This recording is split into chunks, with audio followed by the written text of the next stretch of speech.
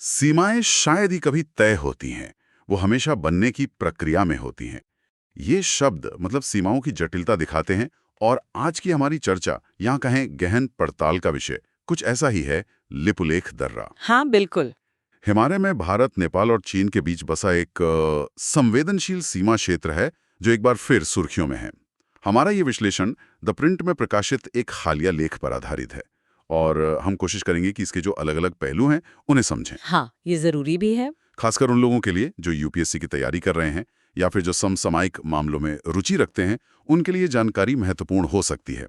तो हुआ ये कि हाल ही में नई दिल्ली और बीजिंग ने लिपुलेख, शिपकीला और नाथुला दर्रों के जरिए, मतलब इन पैसेजेस के जरिए सीमा व्यापार फिर से शुरू करने की घोषणा की। और बस यहीं से ये मामला फिर गर्मा गया।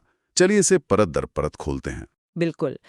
ये घोषणा असल में भारत चीन सीमा मुद्दे पर जो स्पेशल रिप्रेजेंटेटिव्स की बातचीत होती है ना, हाँ हाँ। उसकी 24वीं दौर की वार्ता के बाद आई। ये वार्ताएं मुख्य रूप से सीमा विवाद सुलझाने के लिए ही होती हैं। अच्छा। लेकिन जैसे ही ये घोषणा हुई, काठमांडू ने मतलब नेपाल ने लिपुलेख को इसमें शामिल करने पर तुरंत आपत्ति जता दी। अच्छा, तो नेपाल की मुख्य आपत्ति क्या है इस बार? क्या कह रहे हैं नेपाल? नेपाल का स्टैंड वही है जो पहले था। उनका कहना है कि लिम्पियाधुरा, लिपुलेख और काला पानी ये उनके अभिन्न अंग है। हाँ।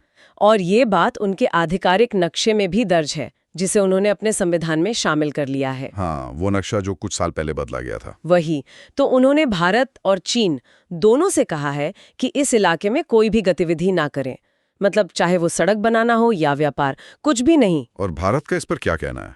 जाहिर है वो इस क्षेत्र को अपने नियंत्रण में मानता आया। हाँ, भारत ने नेपाल की आपत्तियों को तो खारिज कर दिया है। नई दिल्ली का तर्क साफ है कि क्षेत्रीय दावों का कोई भी एक तरफा मतलब आर्टिफिशियल विस्तार स्वीकार्य नहीं है। ठीक है। उनका कहना है कि ये क्षेत्र दशकों से भारत के प्रशासनिक नियंत्रण में रहा है और लिपुलेख के जरिए चीन के साथ व्यापार तो 1954 से ही होता आ रहा है। 1954 से? काफी पुराना है फिर तो। हाँ, लेकिन ये कोई नया विवाद तो है नहीं, इसकी जड़ें तो काफी पुरानी है ना। कहाँ से शुरू होता है ये सब? सही कहा आपने, ये नया नहीं है।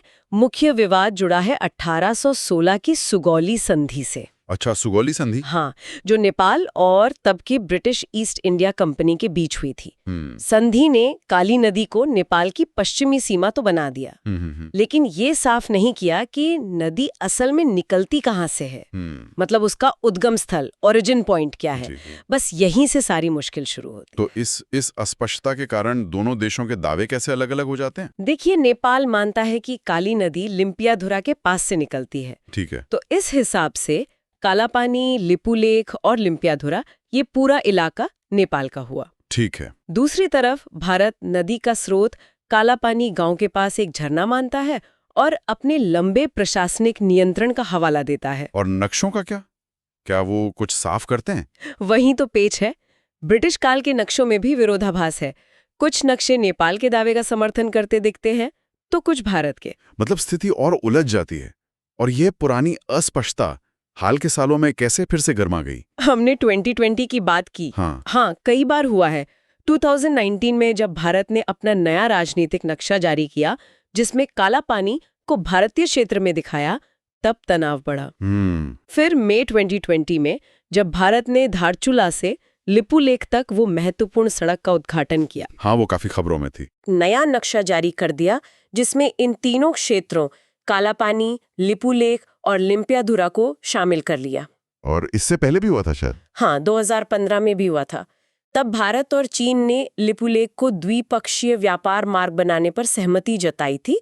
उस पर भी नेपाल ने कड़ा विरोध दर्ज कराया था। लेकिन व्यापार तो जैसा आपने पहले कहा 1954 से होता आ रहा है। हाँ बिल्कुल, इसमें कोई शक नहीं। ऐतिहासिक रिकॉर्ड्स यही दिखाते हैं कि भारत और चीन दशकों से इस दर्रे का इस्तेमाल व्यापार के लिए करते रहे हैं। अच्छा। 1954, फिर 1991, 1992 और उसके बाद भी कई समझौतों में इसे व्यापार और तीर्थ यात्रा मतलब कैलाश मानसरोवर यात्रा के लिए कैलाश मानसरोवर एक बिंदु माना गया।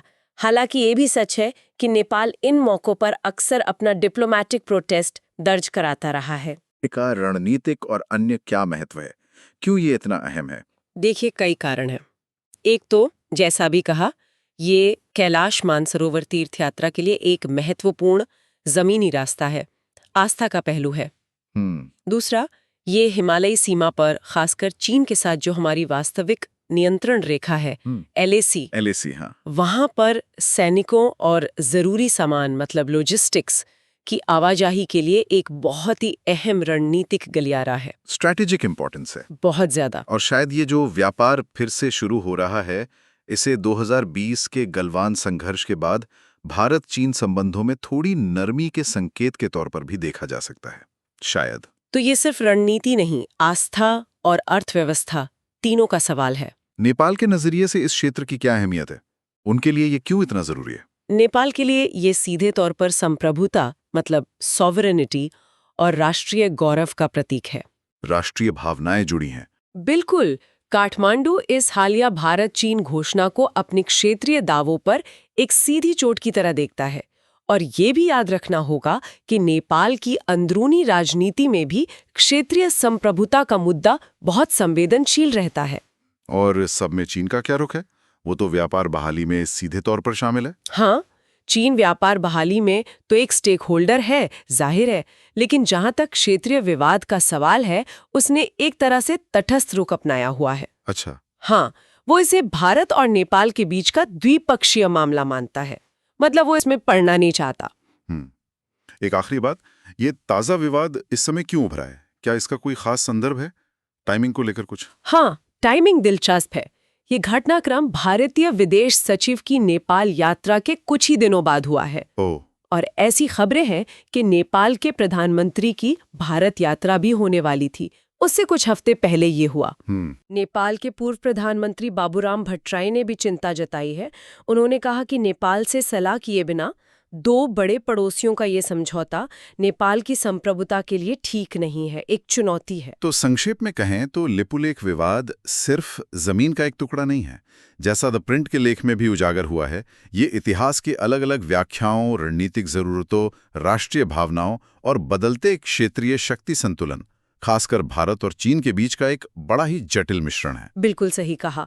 और यहाँ एक जरूरी सवाल सोचने के लिए ये उठता है कि हिमालय जैसे संवेदनशील क्षेत्र में जहाँ भू राजनीति लगातार बदल रही है, वहाँ छोटे राष्ट्रों की जो संप्रभुता की चिंताएं हैं, हाँ, और बड़े पड़ोसियों के जो रणनीतिक और आर्थिक हित हैं, इनके बीच संतुलन आखिर कैसे बनाया जा सकता है, ये एक बड़ा सवाल है। ये वाकई एक अहम सवाल है जिस पर आगे सोचने की जरूरत है। इस पूरी चर्चा पर दर्शकों के क्या विचार हैं, हमें कमेंट्स में जरूर बताएं। यूपीएससी और समसामयिक मामलों से जुड़े ऐसे ही और विश्लेषणों के लिए हमें लाइक और सब्सक्राइब करना ना भूलें। धन्यवाद।